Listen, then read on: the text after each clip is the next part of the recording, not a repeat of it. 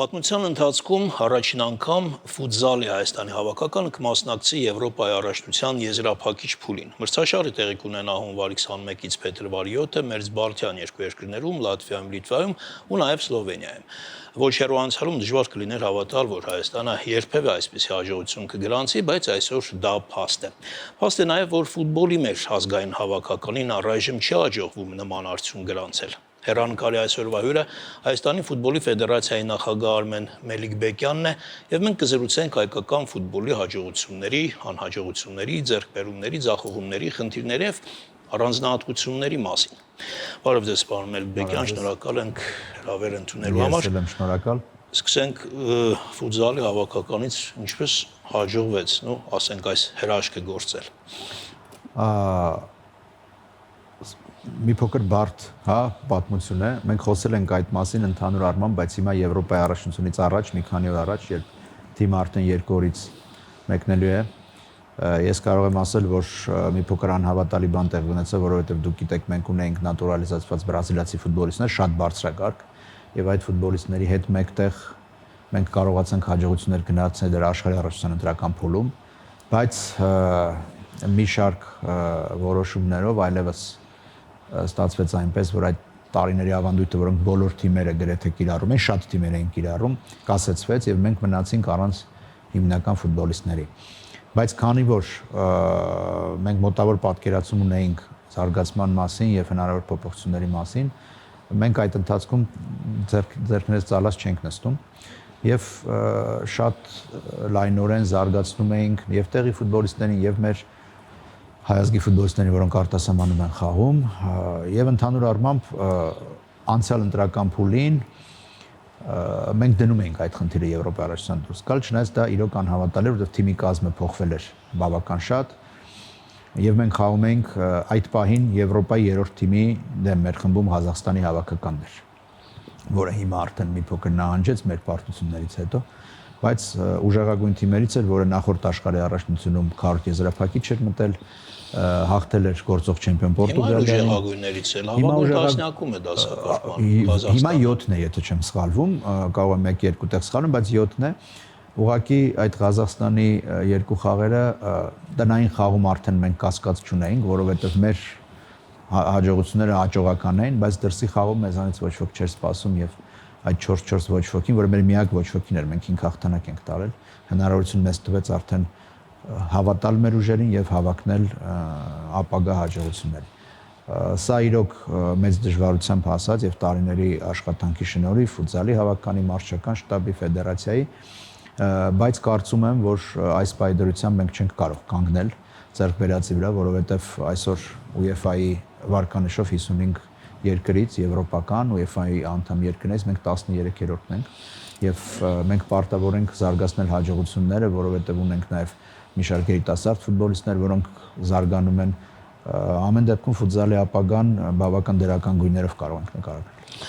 Եվրոպայում 15-րդն ենք, FIFA-ի դասակարգման աղյուսակում այսօր 23-րդն ենք, եթե չեմ սխալվում, դեռ մի փոքր էլ նահանջել ենք, նաև 20-ն ենք եղել։ Մեր մրցակիցները խմբային փուլում Չեխիան, Ուկրաինան եւ Լիտվան են։ Ուկրաինան լավագույն տասնյակում է, Չեխիան մոտ է մեզ վարկանիշային աղյուսակում, Լիտվան ներքևում է։ Այսինքն մենք կարող ենք նաև դրական ինչ-որ ակնկալիքներ ունենալ խմբային փուլից դուրս գալու։ Դուք նաև երեք հանդիպել եք հավաքականի հետ, նաև մթնոլորտն եք շոշափել։ Ես հանդիպան ժամանակ էլ ասեցի, որ որպես ֆեդերացիա մենք կարող ենք առայժմ մինիմում խնդիր դնել եւ մաքսիմում խնդիր, որպես ֆեդերացիա ես խոսել եմ եւ մարշչական շտաբի հետ եւ ֆուտբոլիստների հետ եւ մեր խնդիրն է առաջին անգամ հայկական սպորտի պատմության մեջ թիմային խաղային ձևերում առաջին հաղթանակը տանել։ Այսինքն մեզ համար դա կլինի արդեն իսկ դրական արդյունք։ Բայց իմանալով այս թիմը ես կարծում եմ, որ այո, բոլորը գիտակցության մեջ մտքում պահում ենք, որ մեր խնդիրը նաև դուրս գալն է խմբից։ Մի շարք բարդություններ կան այդ հարցում, որտեղ մենք սկսում ենք, մենք ասենք Ուկրաինան տասնյակում է, բայց Ուկրաինան իմ կարծիքով աշխարհի լավագույն 5 թիմերից մեկն է այս պայդրությամբ։ Իրոք փայլուն թիմ է, որը աշխարհի առաջնությունում վերջին ցույց տվեց կիսաեզրափակիչ դուրս գալով շատ տպավորիչ ֆուտբոլ է խաղում եւ մենք սկսում ենք Ուկրաինայի հետ։ Այսինքն լավ կլիներ Լիտվայի հետ օրինակ, հա, սկսենք։ Ինչը լավ կլիներ այդ ընթացքը ցույց կտա, բայց մենք սկսում ենք ամենաուժեղ մրցակցի դեմ եւ անկեղծ ասած հիմա շատ բաց է խոսում եմ, ես չգիտեմ ինչ սպասել այդ խաղից, այն որ տղաները պայքարելու են, դա չի քննարկվում, որովհետև այս թիմը իրոք պայքարի միտված արժանապատվություն ունեցող պինդ թիմ է։ Խմբային փուլից դուրս գալու համար առաջին, երկրորդ տեղը, այո, երկու թիմ են դուրս գալի եւ բայց արդեն իսկ հասկանում ենք, որ Ուկրաինայի ավականի հետ մենք պետք է խաղանք, բայց առանցքայինը երևի կլինի դեռ Չեխիայի հավաքանի հետ խաղը, որի հետ մենք խաղացել ենք 2 կամ 3 տարի առաջ, 2 հանդիպումում էլ հաղթել ենք 4-2-4-1, իրենց կազմել է մի փոքր փոխվել մերն էլ, բայց մոտավորապես հա մենք նույն մակարդակի թիմեր ենք, գուցե շատերը մասնագետներով իրենք մի փոքր ուժեղ, բայց դա պայքարի հարց է, արդեն կտեսնենք։ Պարոն Մելքբեկյան, տեսեք, պարզ մարդու տրամաբանությամբ ֆուտբոլը, ֆուտզալը շատ մոտ են իրար։ Նու մարդիկ նույն գործողությունն են անում, գնդակի հետ վերջո տանում, հա, այդ գնդակ փորձում են անցկացնել դարպասը։ Բայց հետաքրքիր փաստեր կան, որոնք մի փոքր ինձ համար հասկանալի են։ Օրինակ, տեսեք, հզոր ֆուտբոլային գերտերություններ կան, օրինակ Բելգիան, Նիդերլանդները, Գերմանիան, որոնք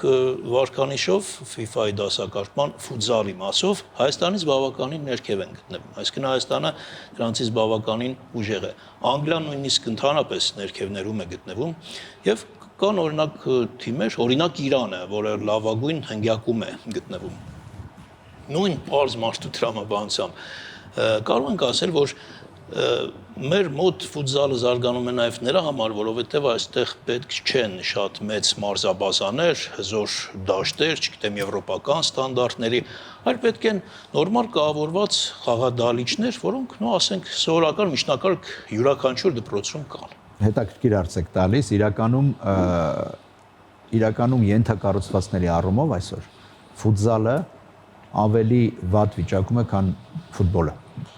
Մեր պարագայում։ Մեր Հայաստանի պարագայում, որովհետև պատկերացրեք ենթակառուցվածք որպես իրականում եթե մենք ուզում ենք լավ զարգացնենք եւ մշտապես, մենք հիմա խաղում ենք առավելագույնը մեր ծրագրից, որը գծել ենք եւ ստացվում է խաղալ առավելագույնը։ Դուք ասացիք Նիդերլանդները, Բելգիան, Գերմանիան, բայց նրանք շատ ավելի վատ վիճակում, որովհետեւ ընդհանրապես ֆուտզալ չէին զարգացնում։ Եթե մենք ֆուտզալ խաղում ենք 2002 թվականից, չնայած ես մի փաստ ասեմ, առաջին անգամ Հայաստանի ֆուտզալի ավականը տնային հանդիպում պատմության ընթացքում անցկացել է 2020 թվականի հունվարի Երևանում։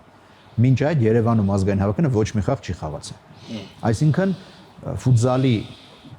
ֆուտզալ մարզաձևում ներդրումները եւ ամեն ինչ սկսվել է մոտավորապես 20 թվականից եւ կոնկրետ ծրագիր կրեվան, բայց այդ ընթացքում Բելգիան, Նիդերլանդները եւ Գերմանիան նույնպես շատ մեծ աճ են ապրել։ Ես չեմ ասում Ֆրանսիան ինչ աճ է ապրել, որը կիսաեզրափակիչ աշխարհարության մասնակից է։ Հիմա բացի Անգլիայից, որը ընդհանրապես ծրագիր չունի ֆուտզալը զարգացնելու, մնացած երկրները մեծ ներդրումներ են անում եւ վաղ թե ուշ նրանք լինելու են առաջին տեղերում եւ մեզ համար շատ կարեւոր է այո ունենալ ծրագիր, այո ունենալ մարզադահլիճներ, որովհետեւ մեզ հաջողվեց առաջին անգամ համալիրում խաղալ, բավական կարեւոր խաղեր այնտեղ պետության օգնությամբ կառավարվեց խաղադաշտը եւ մենք անցկացրեցինք նաեւ ֆուտզալի Չեմպիոններ լիգայի եզրափակիչը Հայաստանում, Մայորկա, Բարսելոնա խաղներ, բավական խոշոր մրցաշար, այսինքն որոշակի բաներ արվել են եւ շարունակում են արվել, բայց մինչեւ մենք չունենանք ֆուտզալի դպրոց, որտեղ երեխաները գնում են ոչ թե ֆուտբոլ խաղալու հետո տեղափոխվել, այլ գնում են ֆուտզալ մարզաձևով զբաղվելու, մենք շարունակական եւ ամուր հաջողությունների մասին չենք կարող խոսել։ Հիմա այդ process-ը գնում է, մենք ունենք նախագիծ, որը սկսել ենք արդեն իրականացնել եւ Դավթաշենում կառուցվելու է հենց ավելի շատ ֆուտզալի դպրոց, ֆուտզալի դպրոց, այսպես ասեմ, որտեղ երկու ձևով էլ կարող են արդեն երեխաները զբաղվել եւ դրանից հետո կարծում եմ մենք շատ ավելի լավ ապագա կունենանք, ավելի ամուր հիմքերի վրա դա դրված կլինի։ Ես կուզենայի նույն ոգևորությամբ, նույն այսպես դրական էմոցիաներով խոսենք մեր ֆուտբոլի հավաքականի մասին, բայց մեր ֆուտբոլի ազգային հավաքական այսօր դասակարգման FIFA-ի հաղորդակցում, 106-րդն է եւ չգիտեմ ինչու մեր ֆուտբոլում չի ստացվում այն ինչ ստացվեց ֆուտզալի մասով։ Այո, մեզ համար ամենաանհաջող տարին էր 2025-ը ֆուտբոլի ազգային հավաքականի առումով, բայց չնայած այս արդյունքներին մենք իհարկե սպասում ենք վիճակականությանը, որպեսզի մեր խնդիրները ձևակերպենք, մեր ընկերական խաղերը տարվա ծրագրենք, վիճակականությունը կանալու է փետրվարին Բրյուսելում, ազգերի լիգայի վիճակականությունը, բայց ես կարծում եմ, որ որոշակի շոշափելի փոփոխություններ եղան նոր մարզչի նշանակման հետ։ Չնայած վերջին խաղը, այսպես ասեմ, ամեն ինչ կտրեց եւ նախորդ հանդիպումներում խաղի որակի փոփոխությունը չերևաց, այդ վերջին խաղի արդյունքը ամեն ինչ փակեց, բայց հասկանալով, որ մենք որոշակիորեն սերնդափոխության process-ի մեջ ենք, որոշակի արդեն վետերան ֆուտբոլիստներն են գնում գալիս են ավելի երիտասարդները, ես կարծում եմ այս տարին պետք է ավելի հաջողված լինի, ես հուսամ ավելի մանրամասն կկարողանանք դրա մասին վիճակահանությունից հետո խոսել, տեսնենք ինչ խնդիրներ ենք դնում, բայց մենք պետք է դնենք խնդիր ազգերի լիգայի մեր խմբում առաջին տեղը զբաղեցնելու։ Վիճակահանությունից հետո ավելի հստակ կձևակերպենք դա։ Պարզ է։ Իդեպ ես որ նշեցի 106-րդն է մեր հավաքականը, ես քիչ առաջ մինչև այս հաղորդումը ուսումնասիրում էի Վարկանիշային Արուսյակը, մի դրական բան ըստ իս նկատեցի, որ Հայաստանի հավաքականի միջին տարիքային կազմը բավականին, այսպես երիտասարդ է, միջինից ավելի ցածր, 25 տարեկանի սահմաններում է մեր միջին տարիքը ֆուտբոլիստները, այն դեպքում երբ այդ հայտնի հավաքականները Գերմանիա, Անգլիա 27, 28, 29, մինչև սա կարծում եմ դրական գործոն է, բայց մյուս կողմից մենք չենք կարող ըստ իս նորմալ սերնդափոխության մասին խոսել, որովհետև ես չեմ հիշում, թե մեր հավաքականների, ասենք 15 տարեկանների, 18, 19, 21, 23, մյուս բոլոր երիտասարդ տարիքի հավաքականների ինչ որ դրական արդյունք վերջին 1-2 տարիներին։ Ես ասեմ, որ դուք շատ ճիշտ նկատեցիք տարիքի մասին եւ ցավալիորեն պետք է նշեմ, որ հիմա հավաքականի կորիզը պետք է կազմեին 27-ից 30 տարեկան ֆուտբոլիստները։ Բայց տարիների ընթացքում մի շարք օբյեկտիվ պատճառներով, որոշ սուբյեկտիվ պատճառներով նույնպես մենք հնարավորություն չենք ունեցել այդ տարիքի ֆուտբոլիստներ ունենալ, որովհետև մինչև 2015 թվականին օրինակ մարզական վաշտի ԲԿՄ-ի ստեղծումը մենք շատ փոքր թվով ֆուտբոլիստներ ենք կարողանում ներգրավել, որպեսզի իրենք տարեկիտում ստանան եւ բանակի հարցը լուծված լինի։ Մենք մշտապես այս խնդիրը ունեցել ենք, հիմա ԲԿՄ-ի ստեղծման հետ որոշակի լուծումներ կան եւ ԲԿՄ-ի ծրագիրը նոր սկսում է աշխատել վերջին 2-3 տարին արդեն ավելի արդյունավետ, բայց մեր խնդիրը այս պահին ամեն տարիքից 1-2 ֆուտբոլիստ բարձրասերն է։ Իսկ որ մեզ մոտ երիտասարդ է կազմը, դա փաստ է, մեզ մոտ պաշտպանները կենտրոնական Մասմրես Ստեփան Մկրտչյանը 2003 թիվը, 2004 թիվ Գեորգի Հարությունյան, 2004 թիվ Սերգեյ Մուրադյան, այսինքն միայն պաշտպանական գոտում մենք ունենք 21-22 տարեկան ֆուտբոլիստներ հիմնական կազմում։ Եվ այո, կարող ենք ակնկալել, որ նրանց աճի դեպքում մենք բավական լավ արդյունավետ հավաքական կունենան գալիք տարիներին, բայց դա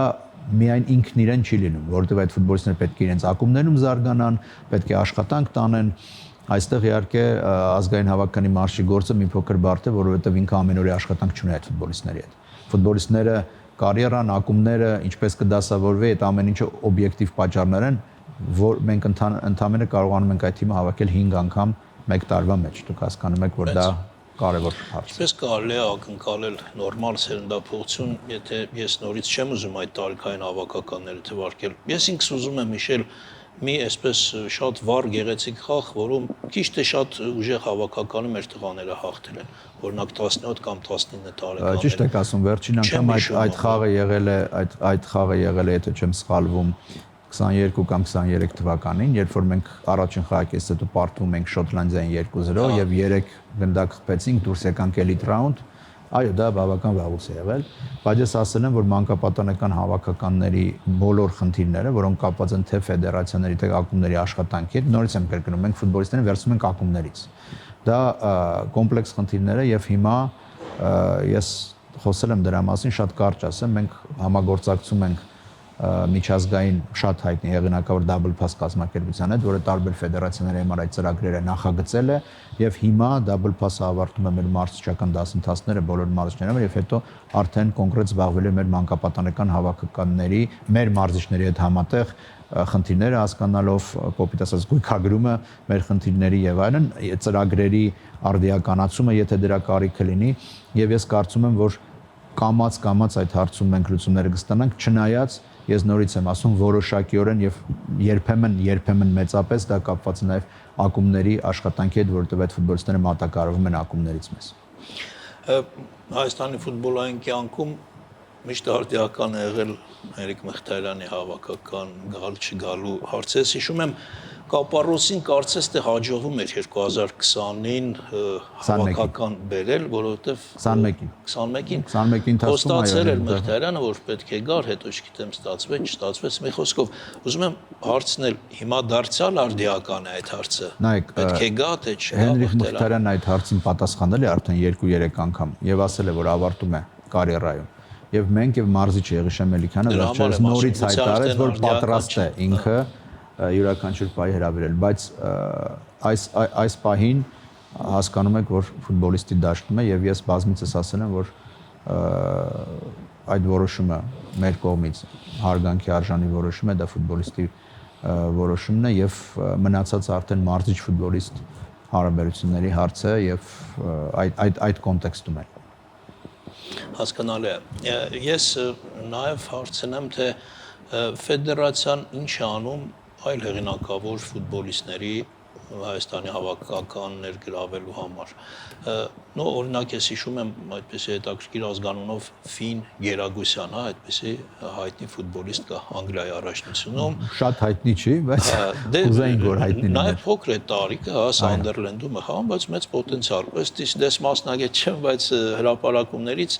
այդպեսի եզրակացության եմ գալիս։ Այս ուղղությամբ աշխատանքներ։ Ֆինը Գերագուսյան արդեն խաղացել է Հայաստանի երիտասարդական հավաքականում 2 խաղ նոյեմբերին եւ նա արդեն Հայաստանի անձնակիր ունի, նա արդեն մեր ֆուտբոլիստն է եւ շարունակաբար հրավիրվելու է 21-ի հավաքական, լավ խաղի դեպքում ազգային հավաքական, նա արդեն մեր ֆուտբոլիստն է։ Մեր սկաուտինգի համակարգը այդ առումով բավական, սա կարող եմ ասել, որտեղ ձախողում ենք պետք է դա ընդունել, բայց կարող եմ ասել, որ մեր սկաուտինգի համակարգը բավական լավ է աշխատում եւ մենք բավական հնարավորի դեպքում մենք ունենք ամբողջ դատաբազան մեր դրսում խաղացող ֆուտբոլիստների։ Ֆինը արդեն մեր ֆուտբոլիստներ կան եւս 2-3 ֆուտբոլիստներ, որոնք անգամ 2010 թվականի ֆուտբոլիստ ունենք ԱՄՆ-ում բավական տաղանդավոր, որ արդեն հրավիրել եւ խաղացել է Հայաստանի հավաքականից եւ այդ գործընթացը անընդմեջ արվում է եւ մեր աչքից չի վրիպում որևէ ֆուտբոլիստ, որը Հայաստանի հավաքականում կարող է խաղալ եւ ուժեղացնել եւ դուրս մնալ։ Մեզ ընդամենը 2 րոպե մնում, պարոն Մելիքբեկյան, մնացած հարցերին փորձեք շատ կարճ պատասխանել։ Ակումբային ֆուտբոլում որոշակի հաջողություն է գրանցվել, իդեմս Նոայի, ըստիս տխուրային է, որ այդ թիմի հիմնական կազմում հայեր չկան։ Նո հայեր կան, 1-2 ֆուտբոլիստներ դասում խաղում են, Սերգեյ Մուրադյան խաղում է, բայց սա երկրորդ կողմն է։ Իհարկե, Հայաստանի ֆուտբոլի ֆեդերացիայի եւ հավաքականի մարզչի համար սա կարևոր հարց է, որ պիտի հայ ֆուտբոլիստները խաղան զարգանան, բայց ակումբը ունի իր նաև քաղաքականությունը։ Մենք Հայաստանում ունենք, գիտեք, սահմանափակում օտար ֆուտբոլիստների հիմնական կազմում պարտավոր են առնվազն 3 հայ ֆուտբոլիստ լինել եւ դա մշտապես ակումբների կողմից պահվում է։ ՀՖ քաղաքականությունն է հասկանալ մինչեւ որ պահը մենք կարող ենք ունենալ եւ ինչպես փոխել այդ սահմանափակումների չափը, որ ոչ վնասել ակումբային ֆուտբոլին, բայց օգնել նաեւ ազգային ֆուտբոլին։ Սա մշտապես բարդ հարց է, բայց ընթացքում մենք գործկոմ հաճախ քննարկում ենք եւ փորձում ենք լուծումներ տալ։ Ուրախալի բաներ կան, որ կան շատ թիմեր, որոնք խաղում են մեծ թվով հայերով։ Ազգային մարզադաշտի հետ կապված խնդիրը ինչ փուլում է, որովհետև միշտ այս հարցի հետ կապված պատասխան կա, թե ինչ-որ process է ընթանում, բայց տեսանելի չէ այդ process-ը։ Այո, process-ը ընթանում է եւ տեսանելի չէ, որովհետև անընդհատ ներդրողների հետ կան հանդիպումներ եւ այդ process-ը ընթանում է։ Ես ամեն տարի անցյալ տարի եմ ասել, գիտեմ, որ արդեն գուցե շատերը օգնեն, որ գուցե շուտով նորություններ կունենանք, բայց process-ը բավական բարդ է, բայց այն որ process-ը կա եւ